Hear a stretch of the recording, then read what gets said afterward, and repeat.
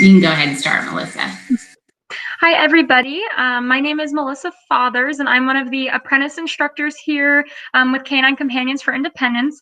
It's a little weird. All I see is my face, so it's kind of strange talking to myself. But I know you lovely people are on the other end of the call.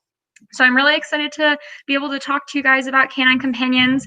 And then I'm really excited that one of our skilled companion teams, Christian with his skilled companion dog Nilly, and facilitators Holly and James are on the call. So I'll let them introduce themselves, and then I'm going to do a little presentation, and then we can do some Q&A, and then also Holly and James can talk about their experience with having a canine companion. So do you want to introduce yourselves, Holly? I'm Holly. This is my son Christian, and this is our companion Nilly. I'm James. And my husband James. And we live in McKinney, Texas. Perfect. When did you graduate? Oh, we graduated July 2019. Perfect. All right. August. July. Well, no, okay, we started July, but it was August graduation. I think it was August. Yes. Yes. I know it's sometimes our graduations, they're in 2 months. So the graduation's in August, but we start in July. And it's kind of neat. I was one of the trainers who trained Nilly partially of the time while she was in professional training. So it's really nice to be able to be on the call with them. So I'm going to go ahead and start sharing my screen with you guys. So just give me a second with that. Okay. All right.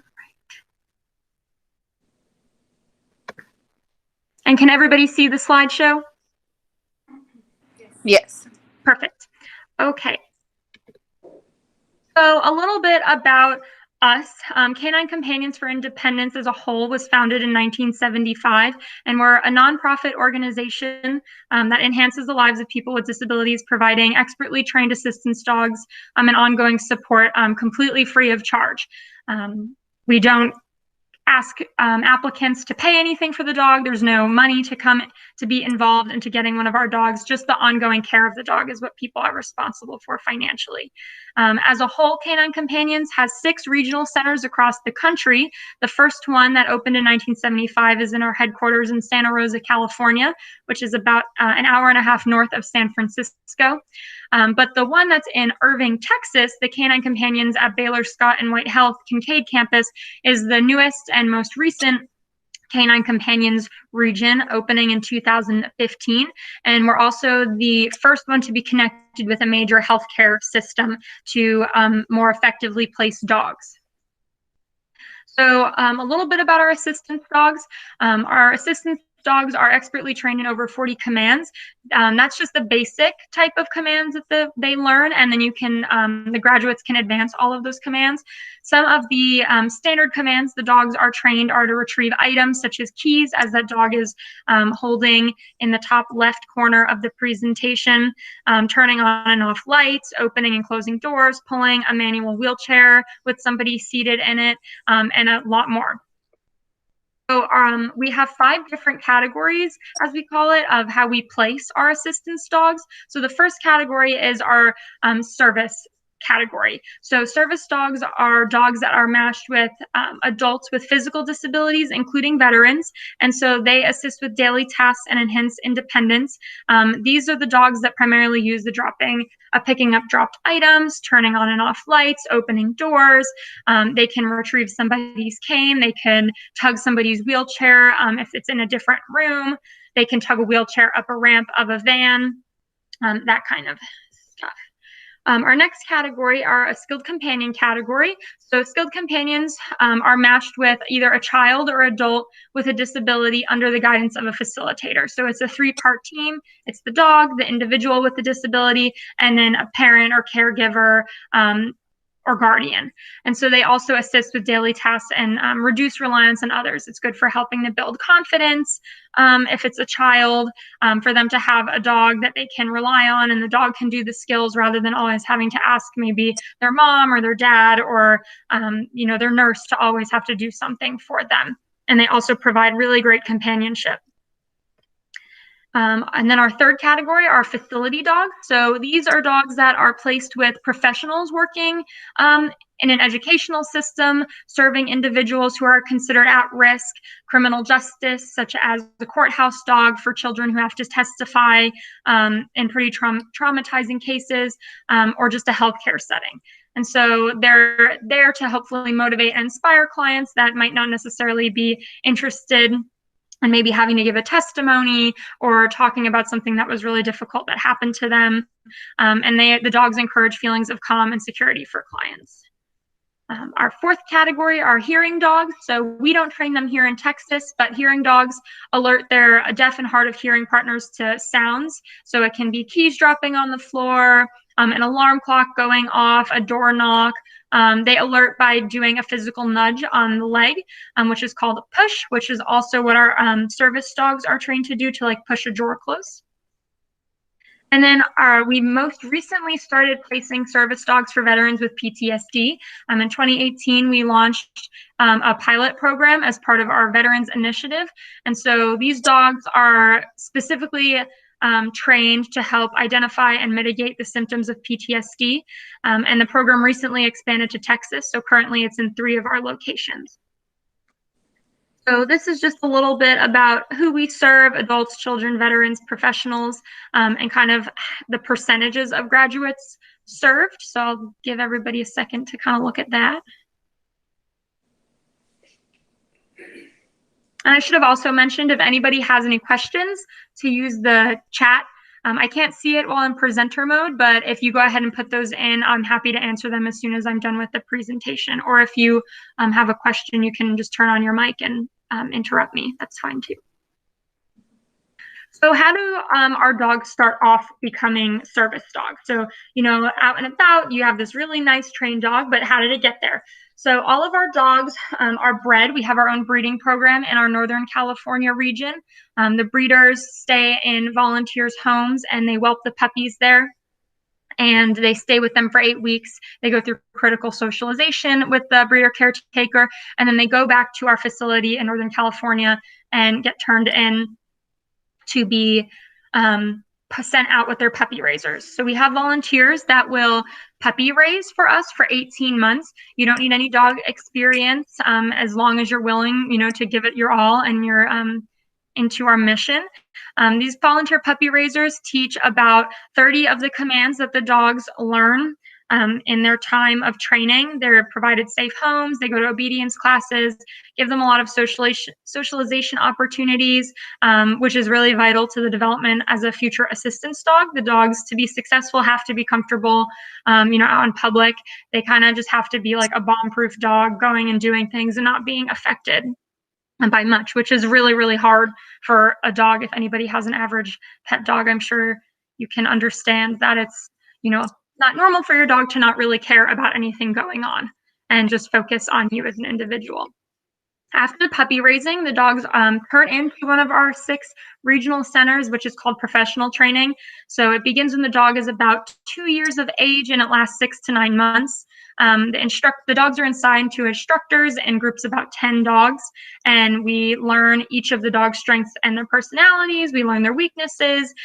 We continue the training that the puppy raisers did and advance that. And then applicants are invited quarterly to 2-week team training classes to be matched. What's standard is that we have 4 2-week team training classes, but currently, with the COVID-19 pandemic going on, we are still able to serve individuals. We're just doing it a little modified in order to be able to continue to help people and serve them. We're just doing more frequent classes with less amount of people. And then we also normally have a formal graduation ceremony where the individual who's graduating with the dog gets to meet the puppy raiser, and they do this like handoff on a stage and take a photo together as like their college graduation, and then they go on with their new person. So our overall application process, if you or anybody you know is interested in applying for a Canine Companions Assistance dog, the best and fastest way to go is cci.org/apply. That is going to bring you to the Canine Companions application request website. And so you can click South Central region and you can go through some of the questions that it asks. It kind of goes over, what are you looking for in a dog? What skills do you want out of a dog? what's the disability of yourself or your child or recipient. And once you go through that, it will go to our system. And if we think that you are qualified or you have a qualifying thing that a disability we can serve, we'll send you an application. And so you'll fill out an application, it'll get sent back to us, we'll do a phone interview with you, and then we'll do medical and professional reference forms, and then we'll do a personal interview, and then we do a selection review. So after all of that, we kind of try and go over as much detail as possible so we really can find the best dog that you're looking for, and that's going to suit your needs. A lot of people are like, oh, I want a cute little golden retriever, but as cute as they are, it might not be exactly what you're looking for, because as just like people, each dog has their own personality and their strengths and weaknesses, and so we try and pair them that way with the person to make it a really personalized match. And then if you get through all of those steps, we'll invite you to a team training. And so that is just a little brief overview about Canine Companions. If you have any specific questions about applying or training, feel free to ask me. And then I'm going to hand it over. I'm going to stop sharing my screen. And then I'm going to hand it over to Holly and James to talk a little bit about their experience as a skilled companion team, and just how they found out about Canine Companions and etc. So I'll hand it over to you, Holly. Okay, thank you. We actually heard about Canine Companions years ago. We actually saw them at a local water park, Hawaiian Falls. They were there one day, and we were really interested to see what it was.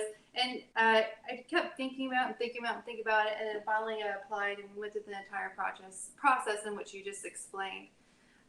We went this last summer, and my husband and I. It was quicker than we thought it was going to be. Yeah, it was quicker than we thought it was going to be, because you have a couple of chances to go in to do the training, because it is a 2-week training that we had to do and commit to, and it was really awesome because Christian was able to go with us, and we were both able to go and really get a full overview of how to do all the commands, meet a couple of different dogs, and also get matched with our dog, Millie. And she's been literally the most perfect match we could ever ask for. It's crazy. Like, we didn't even realize. But it's our needs aren't what others are. More like, she'll lay in his bed and watch TV with him for an hour, and it's maybe the most cuddling dog you've ever seen, and which is good for him, because it's just, she's around. And as far as her skills, all the work and stuff that people put into, the main time it was tested was Christian does like cheer type of thing, and they had the national cheerleading thing at the Dallas Convention Center. And I've been to seriously loud concerts. Nothing compares to a cheerleading competition. And Millie and she doesn't like thunderstorms. She kind of doesn't, but she was perfect. And she stayed next to him and stayed under the chair when she needed to be. She waited around, and there was 10,000 people and craziness. And she was like, seriously, like, when you put her vest on her, she instantly changes into, she gets way more focused. She'll listen and whatnot without her vest when we're at home and whatnot. But when you put her vest on her, even in the house, she knows she's working. She goes straight to work the minute she puts her vest on. She knows she's, and she's been, she's incredible. It's really unbelievable what she does. Christian had a traumatic brain injury when he was, I should probably say, he had a traumatic brain injury, shaken baby syndrome at 4 months old, and it was a lot. And he has a lot of underlying things going on with that, especially the big one that really kind of holds him back to participate in a lot of things is anxiety. And so what really Millie helps with is help with that anxiety, helps give him courage and want to do things, because Millie can go with him, and Millie is calm, she's chill, and it kind of calms and chills him and gives him confidence to go do things like the National Cheerleading Association thing, or like Chuck E. Cheese. Chuck E. Cheese, which he really loves Chuck E. Cheese, and she's been able to go, and they train these dogs to where, you know, they can go and be around all those bright lights and loud kids, and they hang out and stay by their companion and stay with us, and or she'll lay on his lap like she's doing now, calm him down, or, you know, she's so great. It's been such a good addition to Christian, to be more Christian, like to be able to do things, more fun things. Yes. Yeah, it's been truly a blessing. Yeah, it's incredible. It's incredible. No. Well, I'm glad Millie has gotten to go to Chuck E. Cheese with Christian. I know how much he loves it. Absolutely. We took her at first. I think the first public thing we did was took her to Cotton Patch to eat dinner. And you would think Cotton Patch, you're eating steak or whatever, and she just sat on his lap, because we got a big booth, sat on his lap and just chilled, and then he was comfortable. He gets really anxious with loud settings, especially loud restaurants, and when Neely goes with us, she just hangs out, and he has the confidence to be able to sit in that restaurant and just hang out and not have an anxiety attack. It's been really great. Like they just get more. It's been beneficial to everyone. You know, there are at different times 6 people running in and out of this house, and you know, and I think she's affected all of them positively.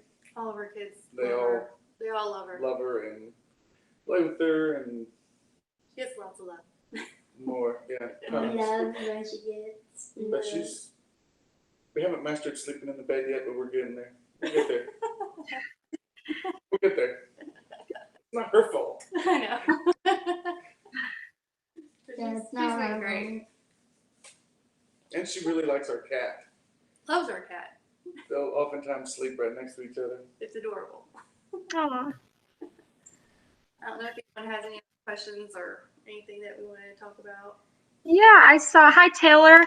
I saw in the chat that Taylor asked, what is the typical age that you guys recommend a child getting a dog, and do you guys train the dogs on seizure detecting? So that's a really good question. So Canine Companions accepts applicants for children starting at 5 years of age. And so at about that 5-year mark is when you can apply. If, you know, a little under 5 years, if, you know, right now your kid's like 4.5 or like turning 5 in a few months and you want to apply right now, usually that's okay, and we'll push you through, because by the time you receive a dog from us, the child will be 5 years old.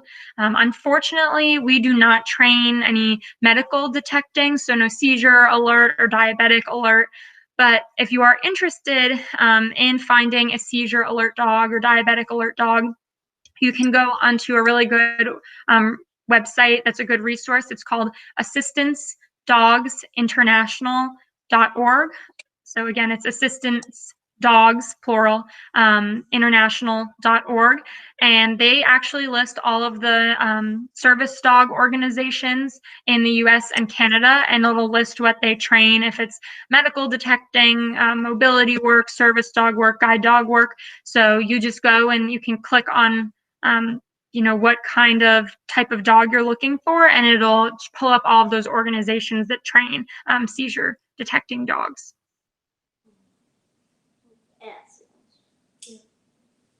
Any other questions? I had a question. I'm not sure if y'all can hear me. Yes. Okay. So with the 5-year-old, is that like also probably something like the youngest member of the family should also be 5, or is it just the one that's receiving the canine companion? What are your thoughts on that? It's just the person, just the child who's receiving the dog has to be 5. We have a lot of skilled companion teams that their child will be 5 and they have like a 2-year-old or a newborn, or, you know, somebody wants to have another baby, and, you know, we're not going to be like, you can't get a service dog because you want to have another child. So as long as the recipient is 5. Okay, thank you. Mm-hmm. And you can have other pets in the home, like Holly said they have a cat. You can have dogs, cats. We have clients that live on farms with chickens and goats. All of that it won't disqualify you from getting a dog from us. Anything else? Oh, okay. So Sarah asks, what are some things we should consider before applying? My son is 16, and after meeting the dog that will be with him while he testifies at trial, he asked if we could get a service dog. You live in New Mexico. Perfect. So if you live in New Mexico, you would be served in our Southwest region, which is in Oceanside, California. I'm not sure how far that is from you in comparison to Irving, Texas, but we have, each region has their own kind of set of states. And so Oceanside, California, near San Diego is who serves New Mexico. The biggest thing with getting a skilled companion or service dog, since your son is 16, at 18 years old, he could potentially qualify for a service dog if he is able to handle the dog on his own and does not require any assistance from somebody else. If he does, then he can still apply if he meets our requirements for a skilled companion, whether he's under 18 or over 18. The biggest thing to consider is what kind of skills are you looking for from the dog.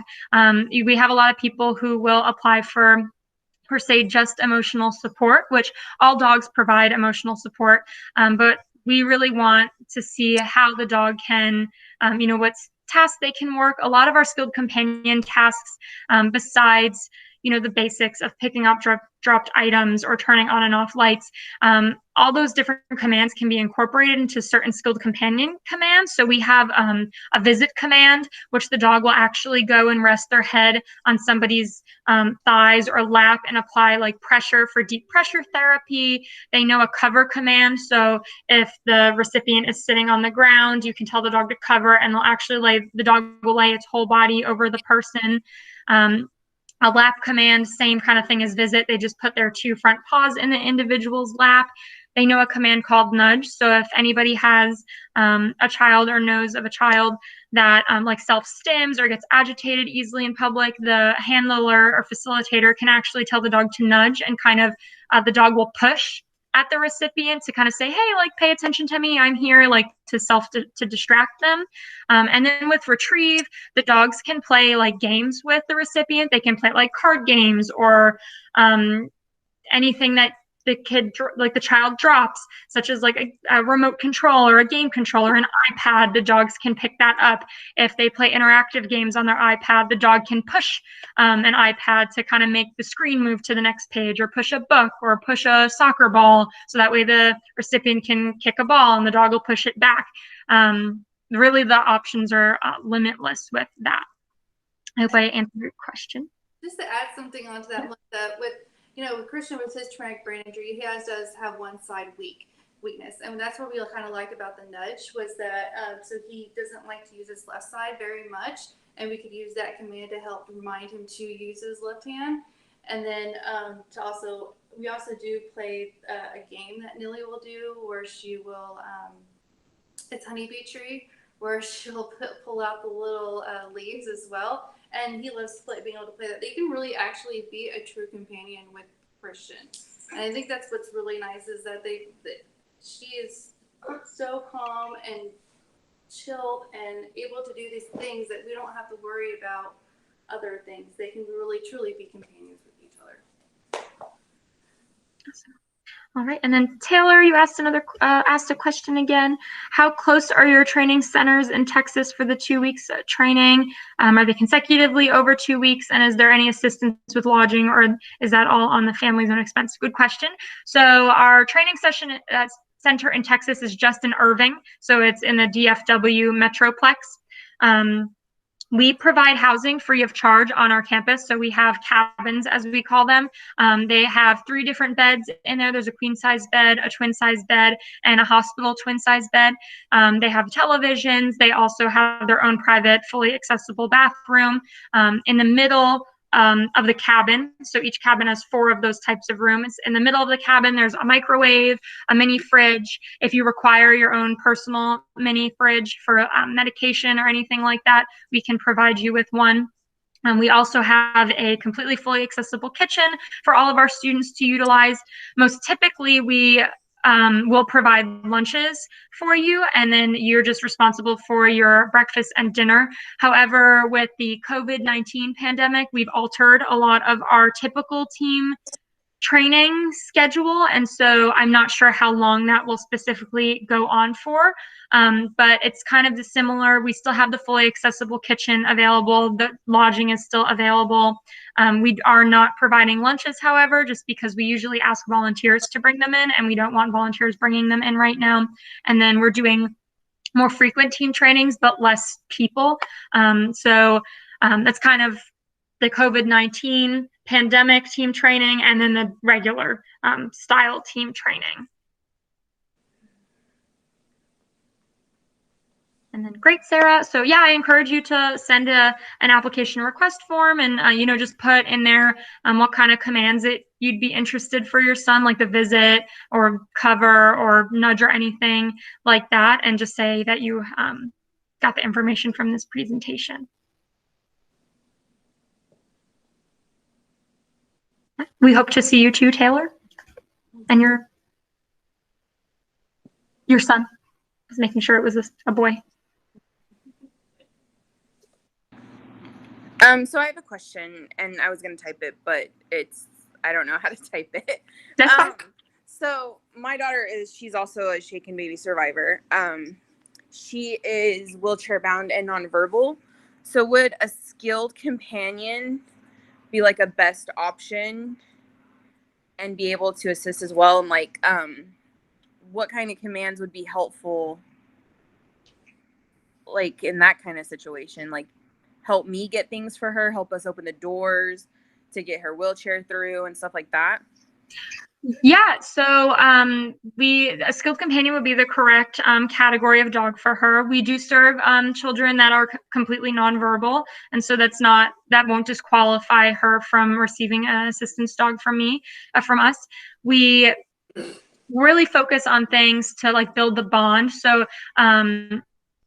with them, so if she is able to interact physically with the dog, that builds a bond, or if she can feed the dog, or give the dogs like a peanut butter Kong, like if she's holding something and the dog can lick it to build that association. She can play fetch with the dog, and then the dog could 100% help you open doors, like get through daily life activities that are necessary and that kind of thing. So like she's not really able to like grab or hold on to things, but I can put things in her hand. So if I were to put like something in her hand to give to the dog, that would work in that helping her bond with the dog. Yeah, that would be fine. Yeah, she could hold kibble in her hand, or like a bigger treat if that's better for her. We also have our skilled companion teams have a dual leash. So the facilitator will hold on to the leash that's responsible for giving the dog all of their commands, but then the recipient can hold on to another leash, which we have ones that can Velcro around the wrist. And so she could have a leash Velcroed around her wrist, like she's walking the dog. With individuals in the wheelchair, the dogs also know a command called step, where they will actually come around and put their two front paws onto the step plates of a wheelchair. So that way their head is directly in front of the individual's lap. So if it's easier for her to be able to interact with the dog that way, she can interact that way too. Okay, awesome. Do you have anything to chime in, Holly and James? Yeah, I was gonna say with the leash system.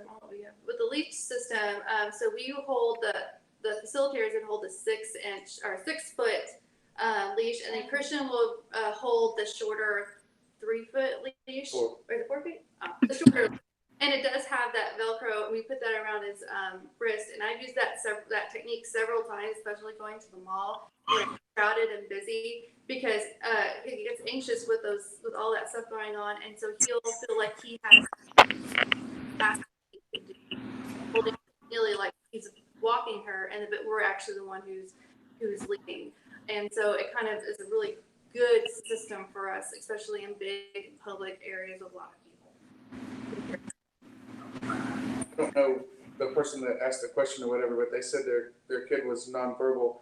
Oh, Nilly has adapted, in at least at home, you don't necessarily have to tell her to go to her bed, you can just point to the bed, and as long as she's got eye contact, she knows where she's supposed to go. If you can just give her some direction, you don't always have to tell her at this point. And I'm assuming that's something that she's adapted. You can point, she'll go to the back door and wait, or she'll find someone to say, it's been 2 hours, somebody needs to let me outside. It's one of those things where a lot of things we tell her, we don't necessarily have to tell her. You can point, or if Christian kind of gets her attention on her bed and just acknowledges her, she'll get up and go in his room with them and get up on the bed and just kind of chill out with him or whatever. So it's, it's kind of, she's kind of both. She's learning us. Yeah. Right. So she learns how to communicate with him in his own way. Yes. Yeah. Yeah. She's That's awesome. The dog with lots of idiosyncrasies, and she has some funny tendencies, and we work around her and she works around us, but it works out perfectly because, it all is kind of simpatico the way everyone kind of works around it. And it took a couple of months for that to happen, where you could just, get her a little bit of attention and point to her bed and go to bed, like, things like that we don't necessarily hover over her. She'll listen wherever she is most of the time. Yeah. Unless she's super distracted, and then we just have to get her attention. Meaning there's other kids around her. Right. Dogs. If other kids are over, it's harder to get her to focus because they want to pet her, and she's bouncy and wants to play, but she won't jump. She doesn't lick. No, she won't doesn't lick. Yeah. She doesn't bark. Unless bark, yeah. he likes to hear her bark, so we have her bark once or twice a day and tell her she did a good job, even though you have to really force her to bark. She don't like to bark. She does not want to bark. I think that's like one of the nicest things about the companion dogs is they, believe it or not, they don't bark. It's because these dogs do have loud barks, and that can be very anxious to a kid, especially with the traumatic brain injury, because it's very loud and sudden. A guard dog. So yeah, not a guard dog. So that's kind of nice, and that she doesn't lick either because Christian does not like that kind of textile kind of feel. And she will be right in your face and will not lick you, which is we like for him. Anyway. That's all we got so far. Yeah, and then going off with more nonverbal communication with the dogs, if your daughter's able to like hit an iPad command, or even if she has a button that she can press that has a command, the dogs can actually learn to follow those commands. We've had some recipients who are nonverbal, and they are unable to, they're mostly paralyzed as well, and they have like buttons that they can hit with the sides of their heads to give the dog commands. And it takes some time for the dogs to learn and understand, but that's another option as well. The dogs can learn. That's awesome. Mm-hmm. Yeah, she is. Is she sleeping? What's also kind of a nice thing too to add is that what she was talking about, Melissa was talking about earlier about with Christian, he is very mobile, and he can start learning how to do chores and do things like, okay, make sure you brush Nilly every day, make sure, help us feed the dog. So it kind of gives him a sense of responsibility, or building that sense of responsibility, which is really nice because they want to. It's fun to do that with the dog. And especially with the left side weakness that he has, he can start using his left hand to brush Nilly to build some of that strength in that left side. So there's tons of different, like she said, endless possibilities that you can use with having a companion. Any other questions? Yes, I have a question. Okay. My question is I'm sorry I was not there in the beginning, and I am on phone, so I can't see if it's already been answered or asked. But on the level of like when you start to think of who to give the level of like for the child when you want to give the service dog, when you're thinking about getting a service dog for your child, I've always been kind of on and off the fence of whether it would be something for my kiddo. But starting just with anxiety, I mean, y'all do have, there's a difference between emotional support and obviously service dogs. But my child's diagnoses don't just stop at anxiety; they go on to other diagnoses, not limited, but including brain injury and autism. So he is verbal, and but with anxiety alone being one of our biggest factors, and just kind of also loneliness. I wonder if like that is the level of also what y'all cater to when y'all think of service dogs as well. I don't know if seizures we're going through EEGs or anything, but I don't know if that's in the future. But I don't know if like making a dog.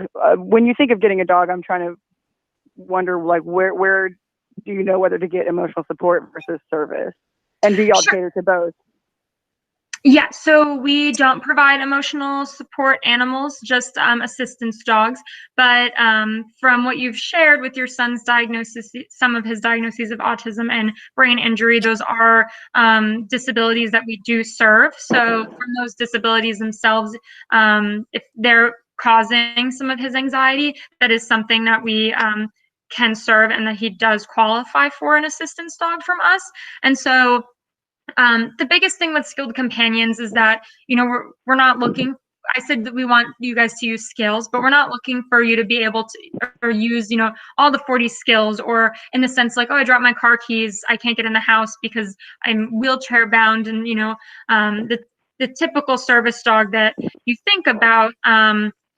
You know, the dogs can provide, you know, emotional support on top of like, you know, that nudge or that visit, that can help with the deep pressure therapy that might be involved, or the nudge with the self-stimming. And so a lot of the commands in themselves, they're helping with the disabilities themselves, but they're also providing, you know, emotional support. Does that make sense? Yes. Yeah, that's why I said it's not necessarily limited to anxiety. That's a big one for him that can be a little impairing. I don't know if there are specific breeds also for kind of the diagnosis, and sensory processing disorder was a diagnosis as well, but that kind of goes with the territory. And same with like an ADHD type also. So it's just, like I said, it's a host of stuff, but yes, that does answer my question. I'm just trying to also two-part question. Are there specific breeds that are kind of specific for, you know, if you have a diagnosis? Yeah. Like we used to have a border collie, and she was excellent. Of course, she got old and was 15 and a half, but that was before. She really wasn't trained for that, any service work. I had her before I had kids, but had I had my kid and had her, I might have thought differently. Yep. But yeah, she came before, and I just didn't know kind of what breeds were with what better. Also, do y'all separate by breed or? Yeah, so that's a great question. So we have our own breeding program, and so I didn't mention earlier that. Did not mention, sorry, earlier that the breeds that we use. So we use golden retrievers, Labrador retrievers, and then crosses between the two. We've experimented with other breeds in our breeding program, but we found that the most successful, well-rounded ones that you can work with in a big basis like this are those breeds. And then we do not self-train individuals' dogs. So if anybody already has a dog that they think would be a good candidate to be a service dog, our organization unfortunately does not do that. And lastly, are they? I don't think they're ever allowed in schools. Am I correct? I've never seen one, but. Yeah, so with schools, it depends on the school system. So we always encourage, you know, our facilitators to ask the schools, hey, can the dog come to school with my child? But as an organization, we don't allow the dog to go with the recipient or child unless the facilitator is present. So for instance, it would be you as the facilitator, your child and the dog. So unless you as a 3-part team were going to school together, that's not allowed. But if you do go to school with your child, or you go to like summer camps or day camps or something, or you go to school event, like after school activities or events, and you want to bring the dog and all 3 of you will be there, then that's fine as well with us. I was thinking more in like a not all day long. Obviously, I've never seen that, but like when sometimes I've had to pull my child lately here for last year or this past school year for like pep rallies, which like something like that, like if he wanted to stay but maybe needed a support in that way, because typically they have people that help support, but sometimes dogs just cater to others in ways that people can't. And so that's what I was talking about, like pep rally, like event wise, like school type issues that would be more than your average school day, like something outside of the normal in the school day, or an event, like events or activities that would be more stressful in outside of the regular, I guess the regular day. I didn't know if you'd ever, like, if y'all if y'all work with schools in order to try to provide that support, is I guess my question. We can, yeah. So for anybody that has a school that you might be a little confused or doesn't understand,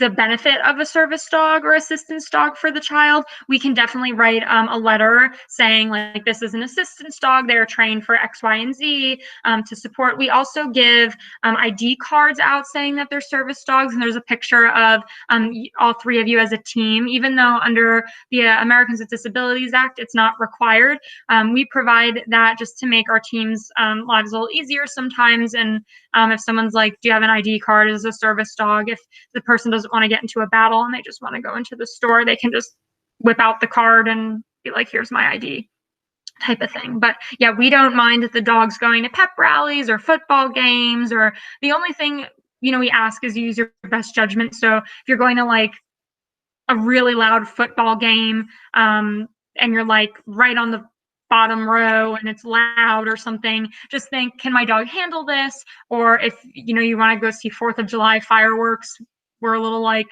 maybe don't bring the dog because it's really loud. But if you do go to loud events as a normal part of your day-to-day life, we're going to match you with a dog that doesn't care if it's loud.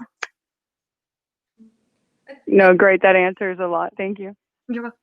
And just do you have to, like, something? Okay. Yeah, go on top of that. Like, that's another reason why we really considered our service, our companion dog too, is for that reason. Christian, I mean, wouldn't even want to go to school if he knew there was going to be pep rally that day. So our school, our public schools that we have dealt with in our school system they have never said a thing or talked or anything or questioned about having our companion dog there, and they even welcome it. And Nilly's been so great every single time she goes, and we've taken her everywhere. Yeah, we've taken her everywhere. We've never had any issues with people saying, you can't bring your dog in there. Anything and everything. We've taken her to the balloon. I took her to the balloon festival. I've taken her to pep rallies. We've taken her to the cheer thing. We've taken her Christmas parties, anything you can think of, and especially if there's anything that might be anxious. I mean, Christian will obviously let us know if he's anxious. We take Nilly, and Nilly really is a helpful support for him. Kind of gives him the extra boost and confidence to be able to participate in those things. He loves it. He's able to enjoy those things now better. More.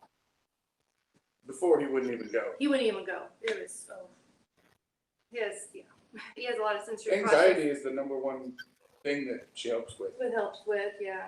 I mean, he has sensory processing issues, but even it helps. It helps. That's awesome. What breed is your dog? She's a cross, so she's a lab golden retriever cross, and she is black, beautiful black. Wait, is that 3 breeds or 2? I didn't hear very clearly. I'm on the phone, so it's hard. Lab and golden retriever. Oh, lab and gold. Oh, okay. Okay. But she's all black. She's all black. Oh, wow. Yeah.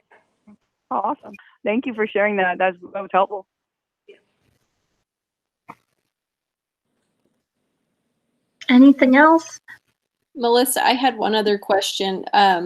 So I looked up on Google Maps how far we are from Oceanside. We're 15 and a half hours from there, and we're 7 hours from Irving because we're like 15 minutes from the Texas border. Is there any way that they would consider transferring us to the closer facility? So sometimes we will work with people who are technically closer to us. It depends. You'd still have to apply through Oceanside, and you can communicate with them like, hey, I'm only 7 hours from Texas. It would be easier for my child and us to get a dog from there. We can't guarantee it, Right. Especially with everything going on with COVID-19. But we occasionally will serve individuals from like Oklahoma that are closer to us, or Louisiana that are right on the western border, but Louisiana falls under the Florida southeast region. So it kind of depends on like the demand of the dogs too. So if we have really good, dogs that we think would be a good match, and Southwest, the Oceanside campus communicates with us, oh, hey, I have this client or candidate that might benefit from one of the dogs you have, we can sometimes do that. Okay, thank you. You're welcome. Ma'am, do you test out kind of if your dog wants if your child wants a dog?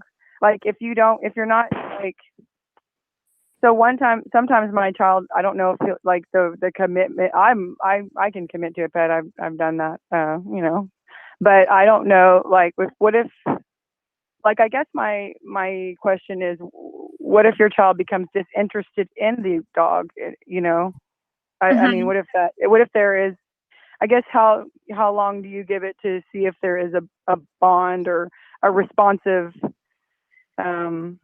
we got a new kitty this past, like during COVID, and it's been great, but I don't know like I never know about dogs are a whole nother animal. So, how do you know if a dog is the right fit for your child? I know you may have covered this, but also at the same time, how do you know if your child will be responsive to it for years and years and the bond will grow like it, because sometimes, so my bond with my border collie was between me and my border collie for years. Then when I had kids, changed it over to my husband, and we were both disinterested in each other. So that kind of a thing. Yeah. So, I guess, what we ask skilled companion teams, does your son, does he like dogs? Are there certain dogs that he does really enjoy being around, or animals? Yeah, well, he does. He watches dogs on YouTube, specific ones, the corgi. He has, the ones that he watches like the person on YouTube that loves their dog. And so this man with the corgi who he always watches. And then, he wanted a corgi for a while. And then and then after that, it was, I can't remember, another person that has a really strong bond with their dog. And he watched that person for a while, and he'll go kind of back to those videos off and on. But I think he gave up asking for a dog because, to me, his mind was all over the place. He would want this breed or that breed or this breed, and I would research it, and I didn't know if it was the right one for him. And so, I didn't, it's not been a consistent, like, I want a dog for years and years or anything. Yeah. So. Yeah, I think that's pretty typical in the population of skilled companions we serve.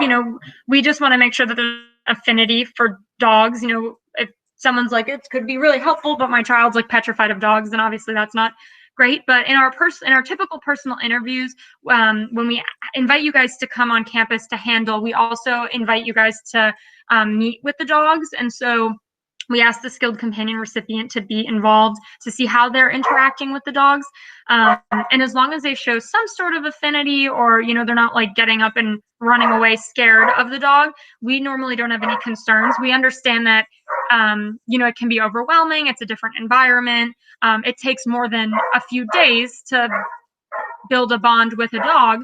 And so if you are invited to a team training, our first couple days, we're rotating through a bunch of different dogs for us to see and gauge the best kind of interactions that your child's having with the dog, and match you kind of that way. Holly, James, do you want to explain a little bit about the bonding process with Nilly and Christian?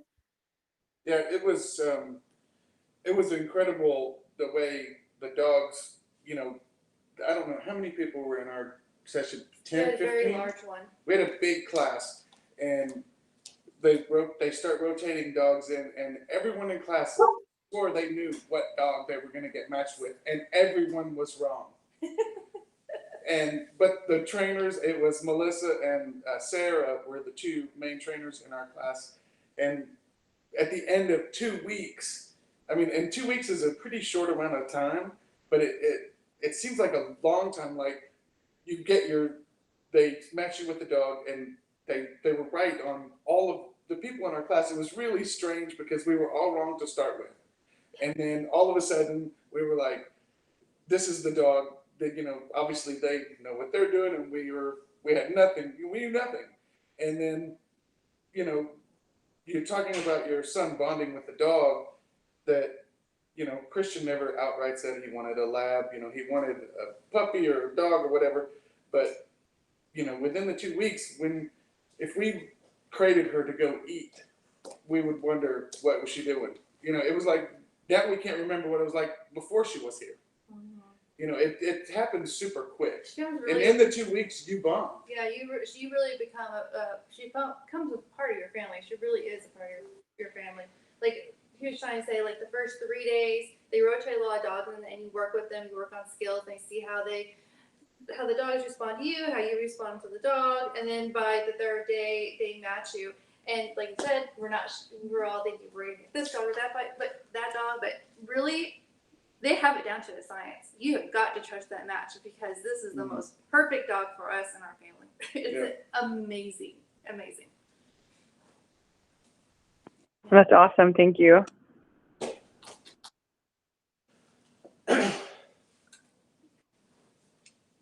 Any other questions?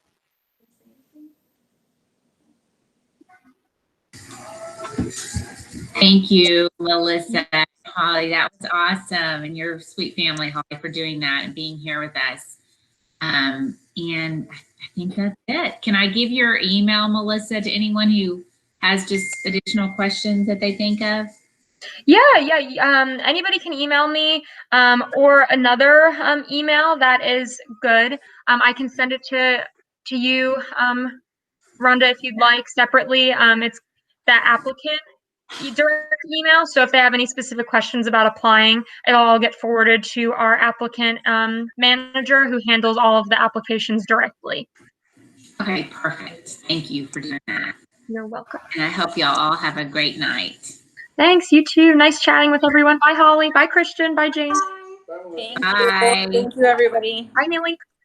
Bye. Thank you. Thank you. Thank you. Thanks.